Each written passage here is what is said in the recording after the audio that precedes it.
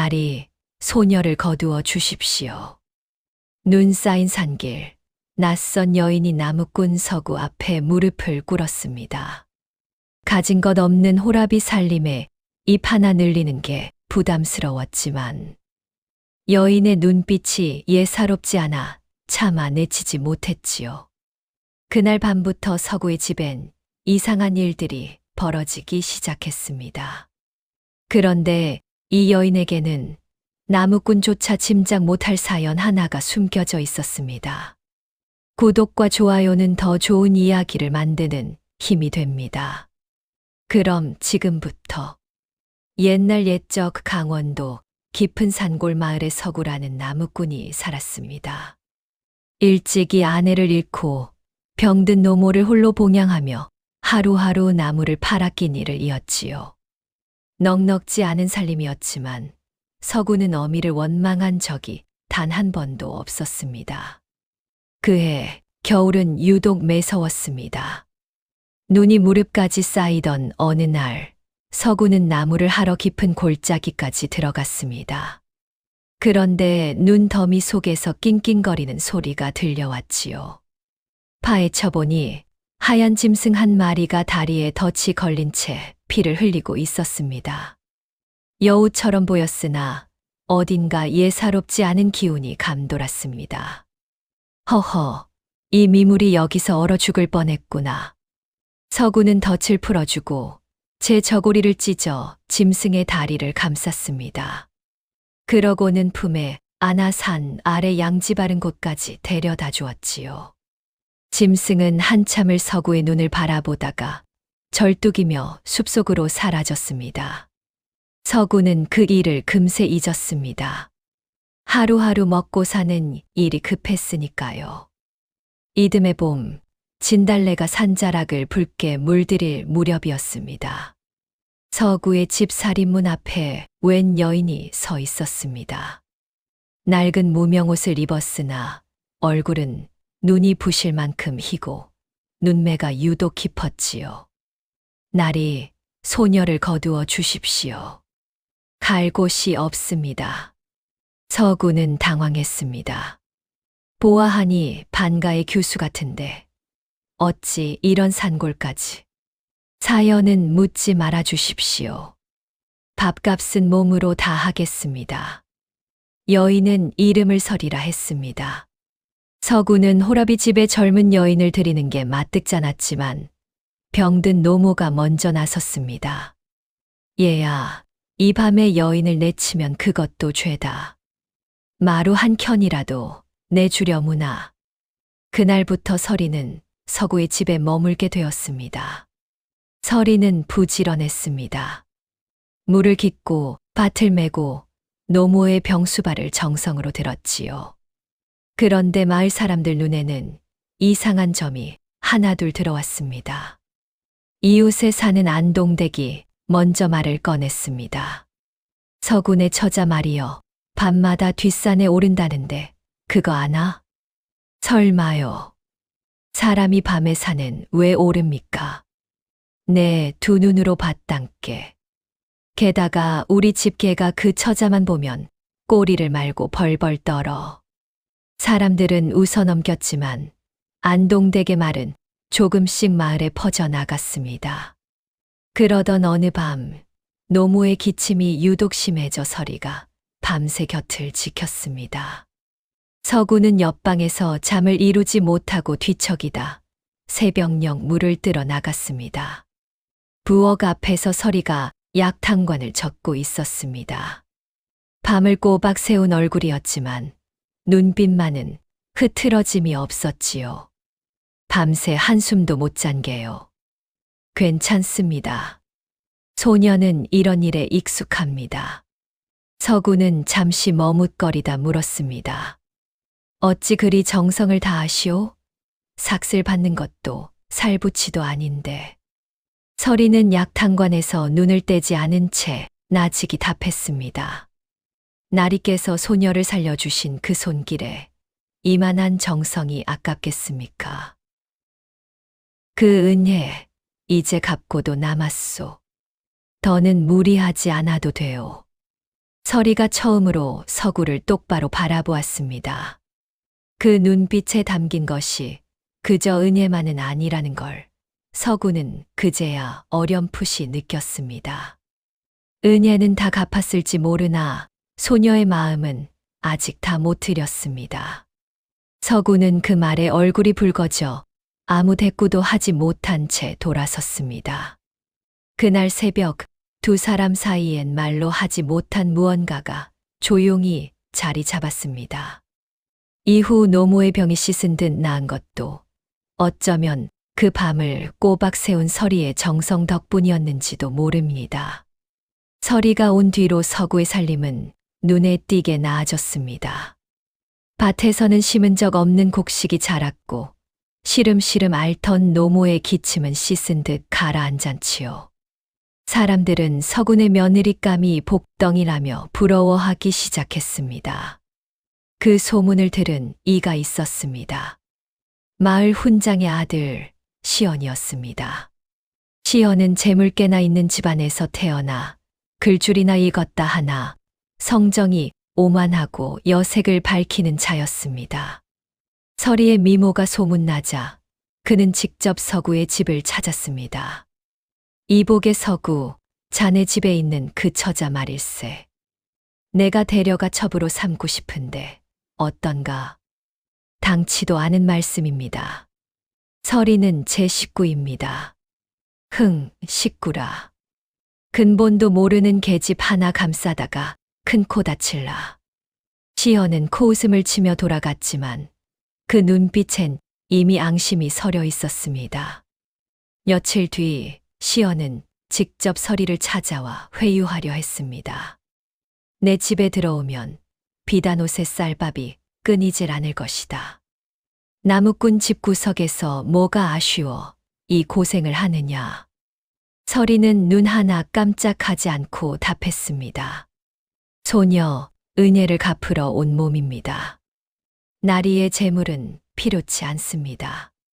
거절당한 시연의 얼굴이 불그락푸르락해졌습니다. 천것 주제에 감히 두고 보자. 그날 이후 마을엔 흉흉한 소문이 빠르게 번지기 시작했습니다. 시연이 은밀히 사람들을 부추긴 탓이었지요. 서군의 처자 말이여 밤마다 사라진다지 않나. 필시 여우가 둔갑한 게야. 우리 집 아이가 그러는데 뒷산에서 꼬리 9 달린 짐승을 봤다더군. 개들은 서리만 보면 짖지도 못하고 몸을 웅크렸고 밤마다 방을 비우는 일이 잦아지자 의심은 확신으로 바뀌어 갔습니다.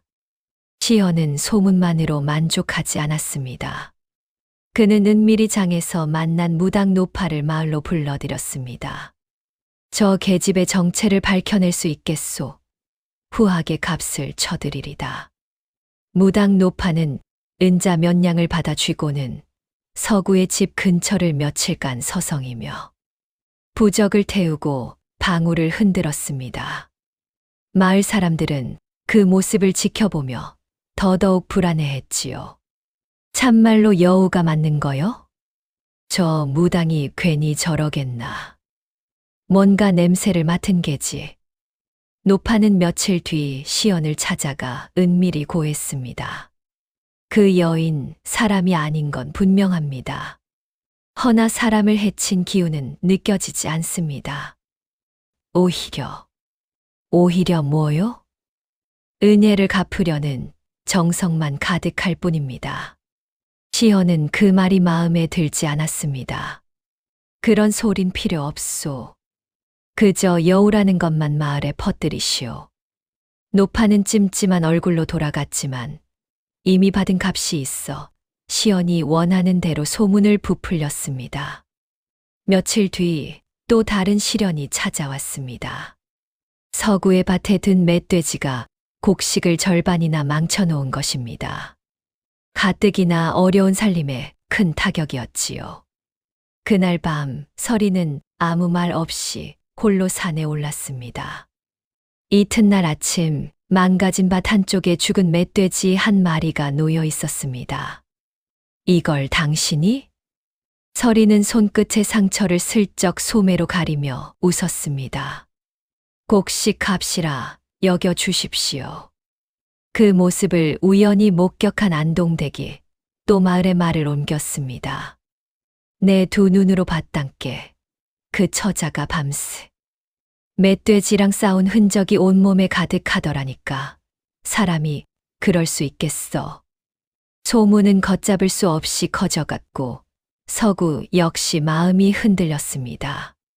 어느 날 밤 그는 몰래 서리의 뒤를 밟았습니다. 달빛 아래 서리가 홀로 서서 하늘을 올려다보고 있었습니다.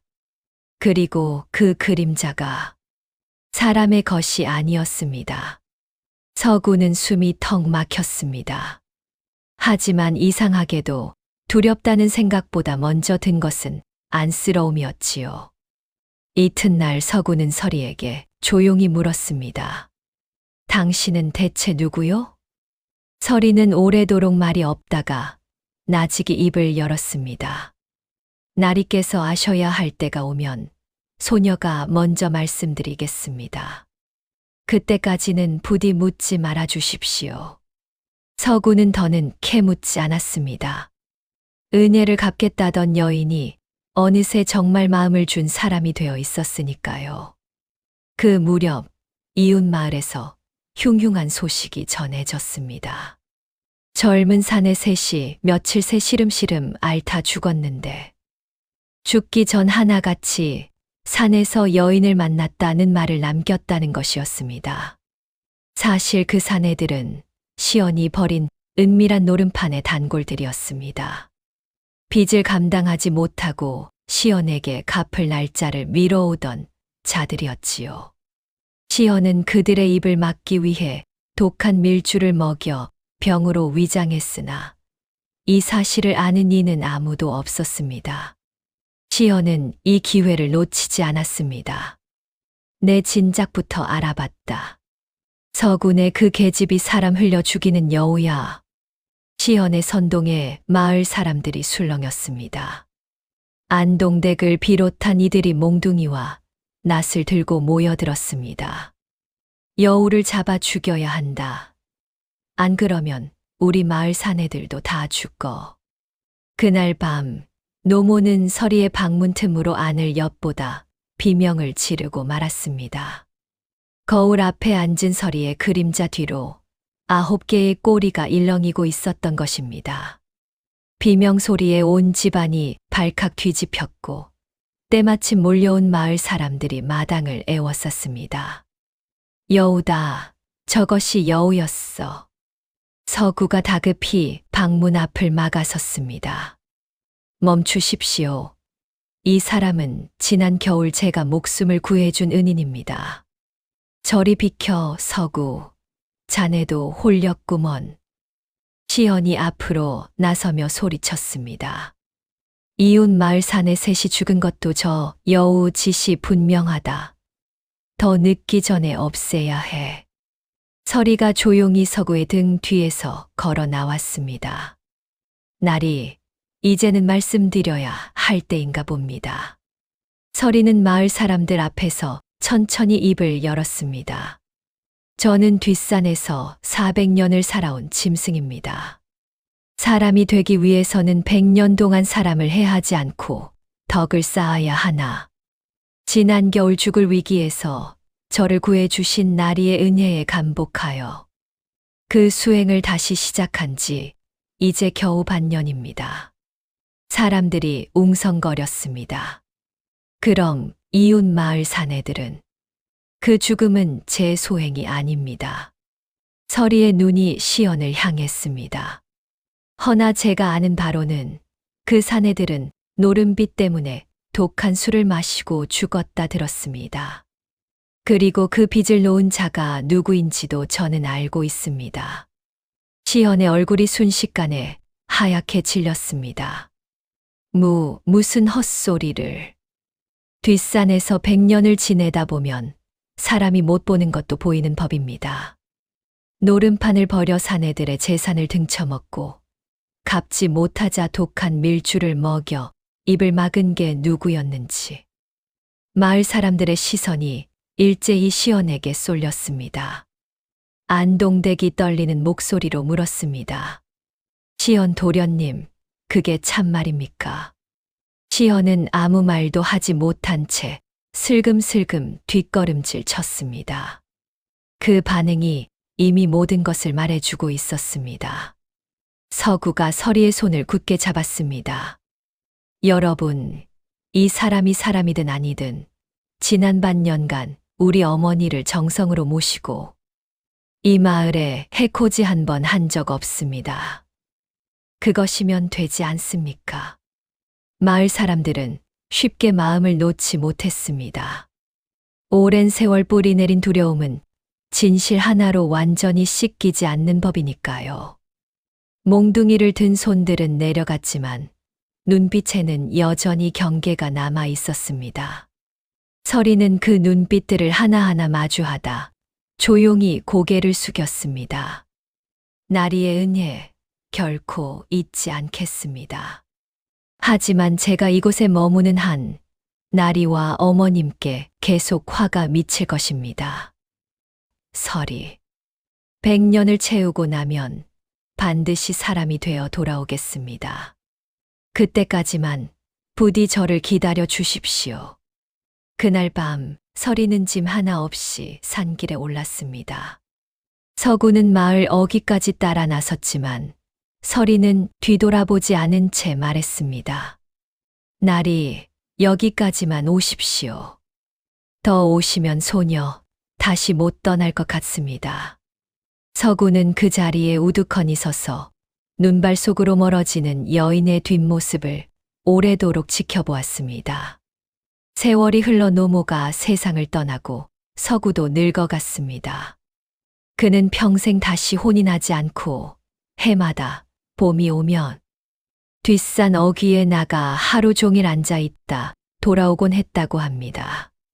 서구가 죽고 오랜 세월이 지난 뒤 마을 사람들은 이따금 그의 무덤가에 흰 옷 입은 여인이 우두커니 서 있는 모습을 보았다고 합니다. 그녀가 끝내 사람이 되어 돌아온 것인지 아니면 그 약속을 지키기 위해 아직도 산속을 떠돌고 있는 것인지 아무도 알지 못합니다. 다만 그 마을에는 오래도록 이런 말이 전해 내려왔습니다. 정이 깊으면 신분도 생사도 그 사이를 가르지 못하느니라. 다음 영상을 빠르게 만나보시려면 좋아요와 구독을 눌러주세요. 지금 화면에 나오는 더 재미있는 영상들도 함께 해주세요.